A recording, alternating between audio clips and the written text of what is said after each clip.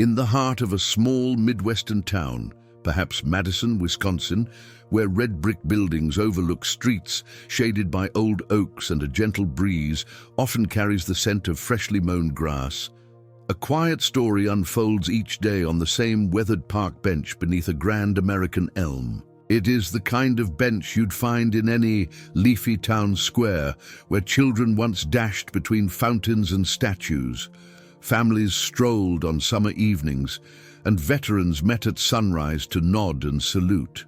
On this bench sits Robert, a man in his late 80s, his posture humble yet steady, wearing a threadbare cap and an overcoat that has clearly known countless autumns. He arrives at the same hour each afternoon, 4:15 p.m., with a stainless steel thermos of strong coffee and a manila envelope carefully tucked under his arm, its edges soft and yellowed by time. To passers-by, he seems part of the landscape, silent, still, slightly sad. Some speak of him as that lonely old man, speculating that maybe he waits for someone who never came back. Others think he may simply be lost in memory, letting the bench bear the weight of years, better than any chair at home.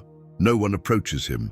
No one hears him speak, until the afternoon nurse Emily, exhausted and tender-hearted, slips off her scrubs and sits beside him during her break. The park is silent that day, save for the occasional chirp of sparrows. As she unwraps a sandwich, her gaze lands on a small enamel pin on his coat, faded but distinctive, bearing the motif of the 410th Medical Battalion, an insignia she recognized from her grandfather's old service records and photographs. Her breath stills. Her grandfather, Henry, often told stories of field hospitals, midnight marches, and one young medic who became a steadfast friend in the final days of the war. Her voice breaks the quiet with a gentle curiosity. That pin. My grandfather served in the 410th Medical Battalion in 1945. His name was Henry. Did you ever know him? Robert's eyes shift toward her, and in that moment something stirs, something fragile, aching, and alive. His voice, soft and a touch cracked, forms one name. Henry? A focused pause. The world holds its breath, the quiet ring of distant bicycle bells, the rustle of elm leaves, the distant laughter of children. Time stretches, but the space between them collapses. This park bench is no longer just a bench. It is where memory meets recognition, where past and present collide in a heartbeat. If this story has touched you as deeply as it touched me to write, please give it a like and subscribe to the channel. It helps us continue sharing stories that move, inspire, and surprise. And now, get ready, because what comes next will change everything. To the everyday passerby, students heading home, joggers in worn sneakers, mothers pushing strollers, or retirees walking their dogs, Robert was just a quiet constant in the scenery of James Madison Park, a man seemingly frozen in time, tucked beneath the same sprawling elm tree, his cap pulled slightly low, and his gloved hands resting on a worn-out thermos, as though guarding something private yet sacred. For years, 3 decades, perhaps more, he arrived at precisely the same time, 4:15 in the afternoon, regardless of season, regardless of weather. The town knew him not by name, but by presence, a figure of routine, of rhythm, of something ancient and unmoving in a world that changed too fast around him. He never approached anyone, nor did he seem to acknowledge the world beyond his immediate line of sight. His eyes, pale but sharp beneath thick grey brows, were always fixed toward the west end of the park, near the Veterans Memorial, as though expecting someone to walk through the trees and into view, someone who had not arrived yesterday, or the day before, or the year before, but whom he still believed might appear any moment now. The envelope he carried was always the same, too, manila bent at the corners, thick enough to contain more than one sheet of paper, but never opened. Local kids made up stories. Some said he was a retired spy waiting for a final coded message. Others whispered he was waiting for a lost love, perhaps someone who promised to meet him decades ago and never did. Adults, on the other hand, either pitied him or simply overlooked him.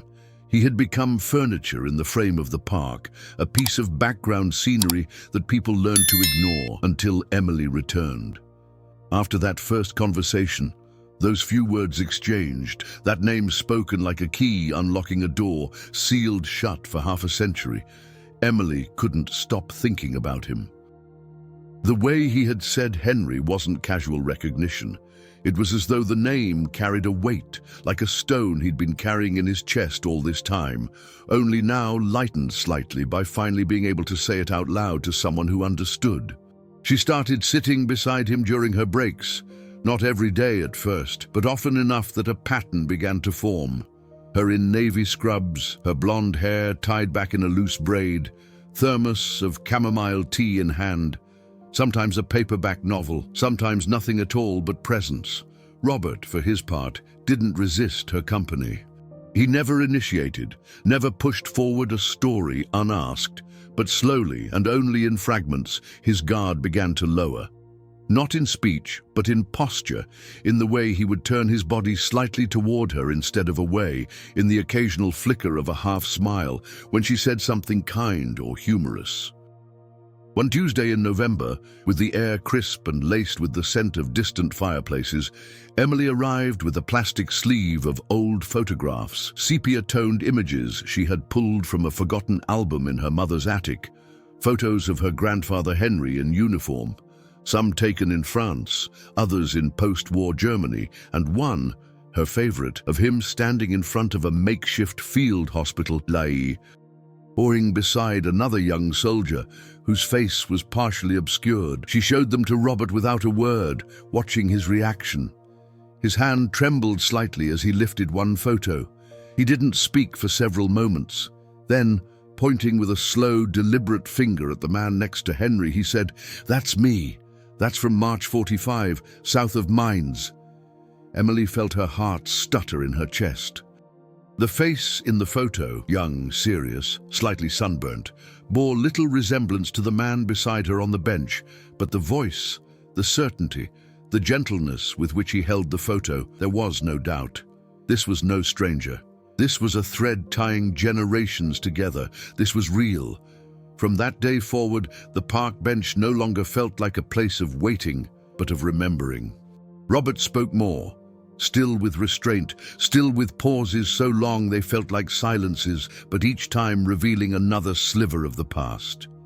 He spoke of field tents and rainy nights, of how Henry once traded his rationed chocolate for an injured child's medicine.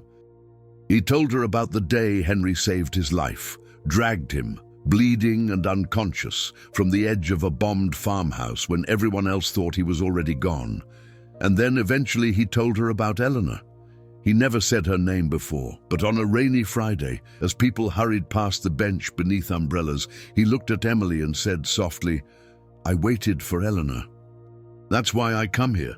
Emily didn't respond right away. She let the silence wrap around them like a shawl. Only after a moment did she ask, "Who was she?" And Robert replied, "She was Henry's sister, a nurse, a volunteer. We met during the liberation. I told her if we both made it through, we'd meet here, every year, on this bench, same day, same time." He chuckled once, without humor. "But I came early, and I never stopped. Before the silence of the park bench, before the decades of stillness beneath the trees, before the waiting and the wondering and the yellowing envelope tucked beneath his coat, there was war.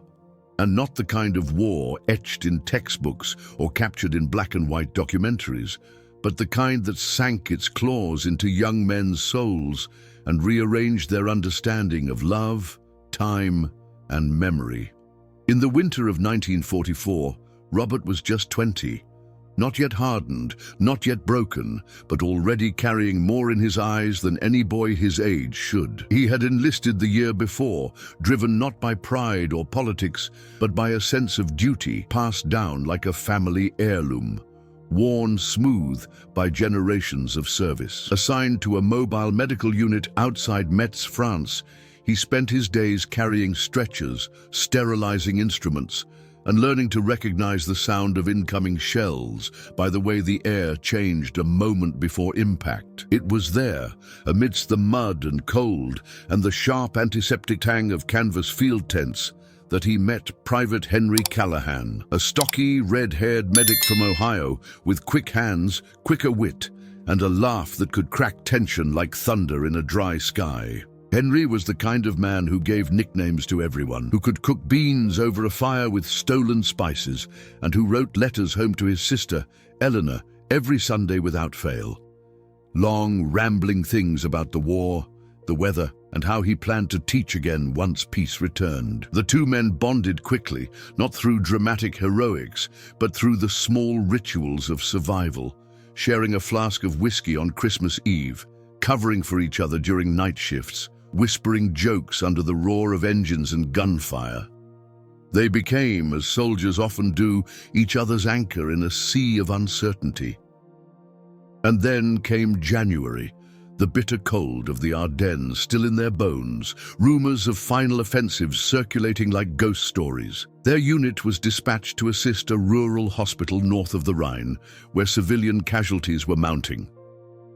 That's where Robert met Eleanor Callahan, not through Henry, but by accident, in a hallway dimly lit by lanterns, where she stood rinsing blood from her sleeves and humming quietly to herself. She was nothing like he expected. Her face was pale from exhaustion, her hands red and raw, but her presence was composed, calm, and unwavering. She did not flinch at the sight of mangled limbs or at the screams echoing from the next room. And when she looked up at him and offered a tired, gentle smile, Robert felt the world pause. Not from fear, not from noise, but from the sudden realization that here, even in this place of ruin, something like grace still existed. Their connection grew quietly, without fanfare, as it often does during war, in glances exchanged over supply crates, in brief moments between triage and surgery, in notes scribbled on napkins and tucked into uniform pockets. It was fragile, unsaid, but unmistakable. One night, as bombs fell in the distance and snow flurried across the shattered windows, they sat on the stone steps outside the hospital and talked. Really talked, for the first time. About music, about Chicago winters, about poetry she used to write, but had since given up. Robert, hesitant, unsure, finally said, "If we both make it, if we get through this, I'll wait for you. Same date, same time every year. Pick the place." And Eleanor, her breath forming clouds in the cold, didn't hesitate. Madison, James Madison Park. There's a bench under an elm tree near the lake. You'll know it. Robert memorized the words, carved them into the quietest part of his mind. A week later, chaos returned. The hospital was overrun with casualties from a nearby skirmish. Orders shifted, units moved. Eleanor disappeared, reassigned, relocated, gone without warning. Robert searched, begged, wrote letters that came back unopened. Henry, devastated, told him she had been sent back stateside with a fever and complications, but no one could confirm it. News trickled in like ash. Eleanor was alive, then not, then alive again. In the end, no truth ever came. The war ended. Henry returned home, married, raised children. Robert did not. He went back to Wisconsin alone, with a limp in his leg, and the date burned into his memory like a prayer. April 19th, 4:15 p.m., the bench beneath the elm tree, and he waited. After the day Robert first said Henry's name, something shifted between him and Emily, not in a grand, dramatic way, but in a quiet, unmistakable rhythm, like the change in air before rain, or the first crack of thaw in early spring. She no longer sat with him out of curiosity or kindness alone, but with a deeper sense of responsibility, as if she had inherited something sacred. A story unfinished, a bridge between generations built not of blood, but of memory. Emily began to visit the bench regularly, not every day, but often enough that her absence felt noticed. She brought coffee in 2 travel mugs, sometimes cookies she'd baked from her grandmother's recipe box, and occasionally a small bundle of letters and photographs she'd gathered from the family attic. These weren't pristine archival artifacts, but yellowed, torn at the edge snapshots and clumsy cursive scrawled across war ration paper. Letters from Henry to his sister Eleanor, saved by Emily's mother in a dusty shoebox for decades, unopened and almost forgotten. At first, Robert simply held the letters in his lap, tracing the faded handwriting as if reacquainting himself with a long-lost friend.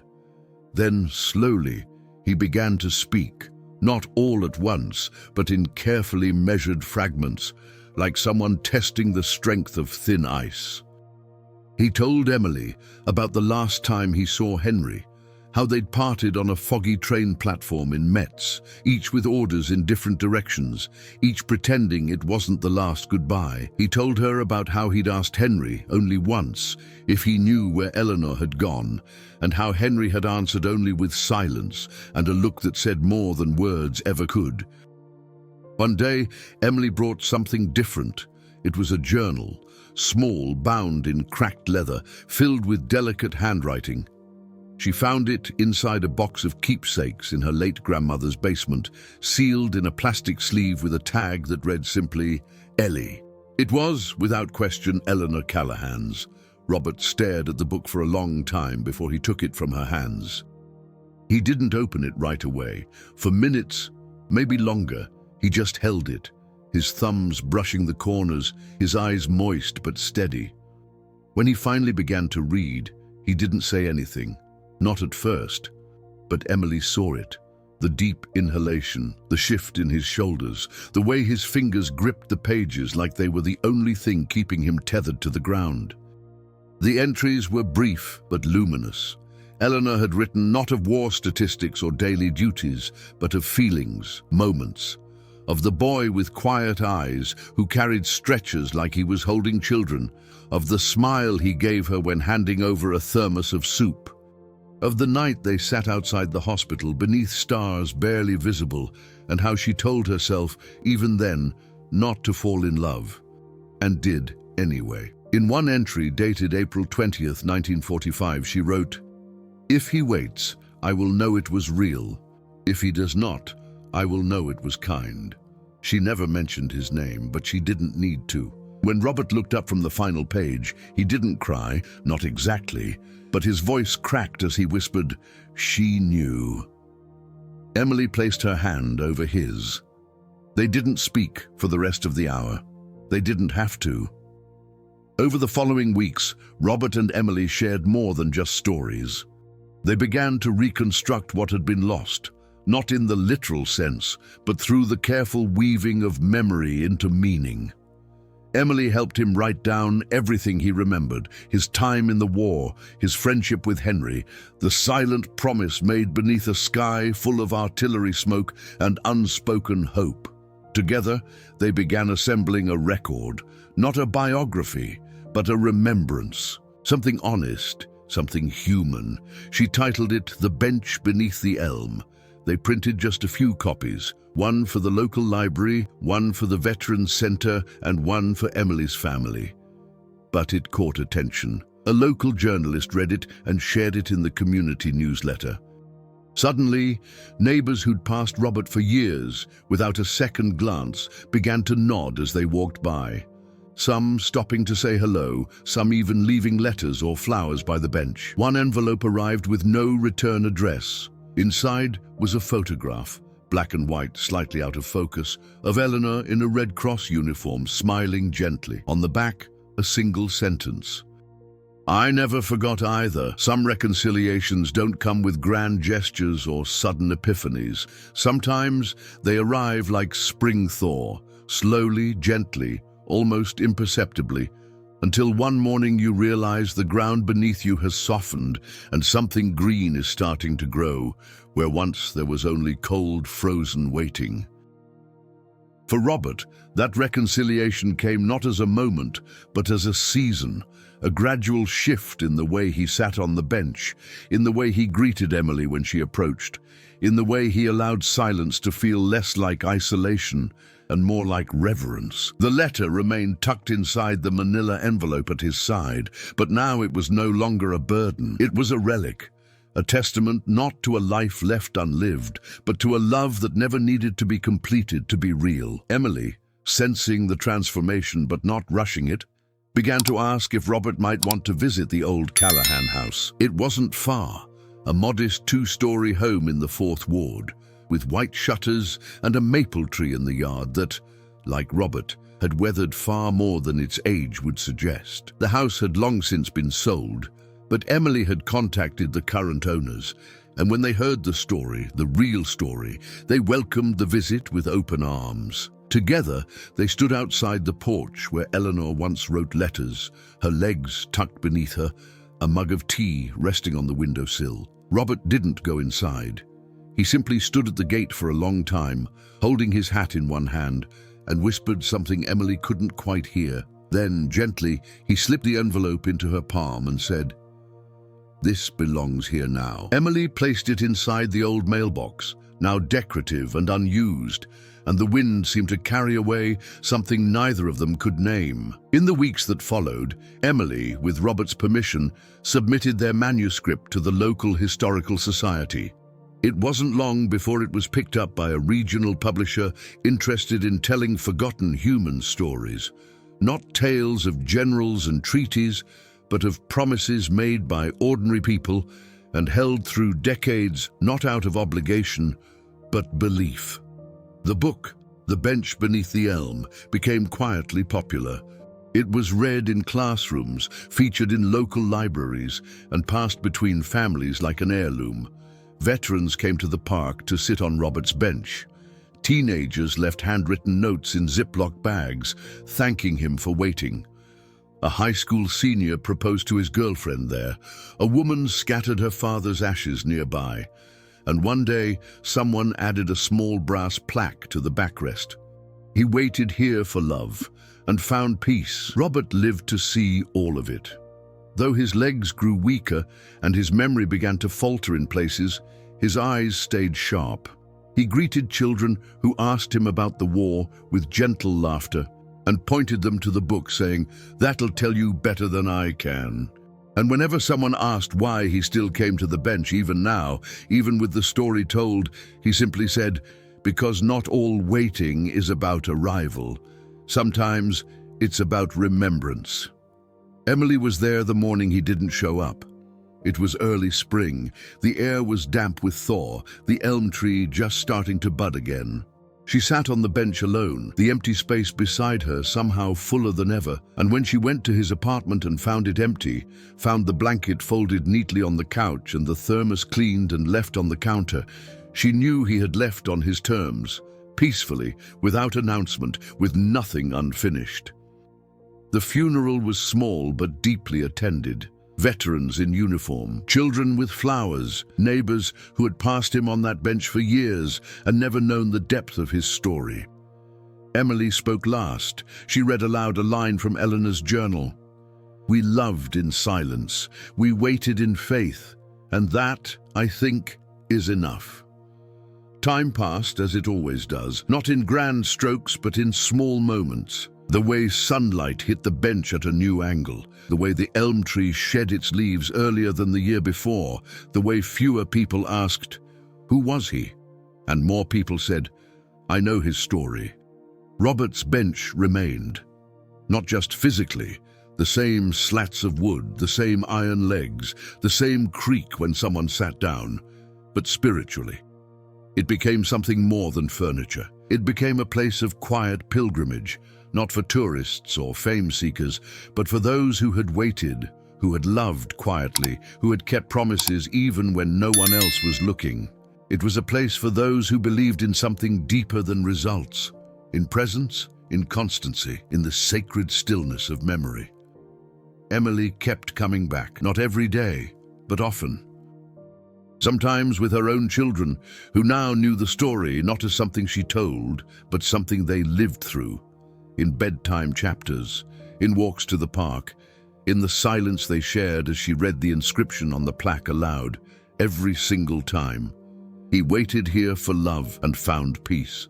She would smile when she read it, not out of sadness, but out of gratitude. Because what Robert left behind was more than a memory. He left a map, not made of ink or directions, but of choices. To wait when it would have been easier to walk away. To believe when belief cost everything. To speak, finally, even if the words came late. He showed that love isn't always loud. It doesn't always come with confessions or endings. Sometimes it's a bench, a letter never sent, a glance across a war hospital in 1945. Sometimes it's simply showing up again and again. The story of Robert and Eleanor, of Henry and the friendship that bridged a war, of Emily and the legacy she unearthed. It became not only a local tale, but a quiet echo heard in hearts far beyond Madison. Letters began arriving from across the country, from widows who still set a place at the table, from veterans who carried the names of friends lost in dog tags around their necks, from young people who had never known war, but who now understood what it meant to keep a promise. Every year, on April 19th, the town marks a small, unofficial remembrance. There is no parade, no wreath-laying, no speeches, just people gathering quietly, some placing flowers on the bench, some sitting for a while, some simply nodding to one another. All of them remembering that there once was a man who waited not because he had to, but because he chose to. Emily's book, The Bench Beneath the Elm, is now in its 7th reprint. Not because it tells a sensational story, but because it tells a true one, a simple one, a human one. And as long as someone sits on that bench, with a coffee in hand, or a letter folded in a pocket, or a silence they're trying to share, the story lives on, because waiting, when done with love, never goes to waste. We share new stories every day, real-life moments that move, inspire, and stay with you.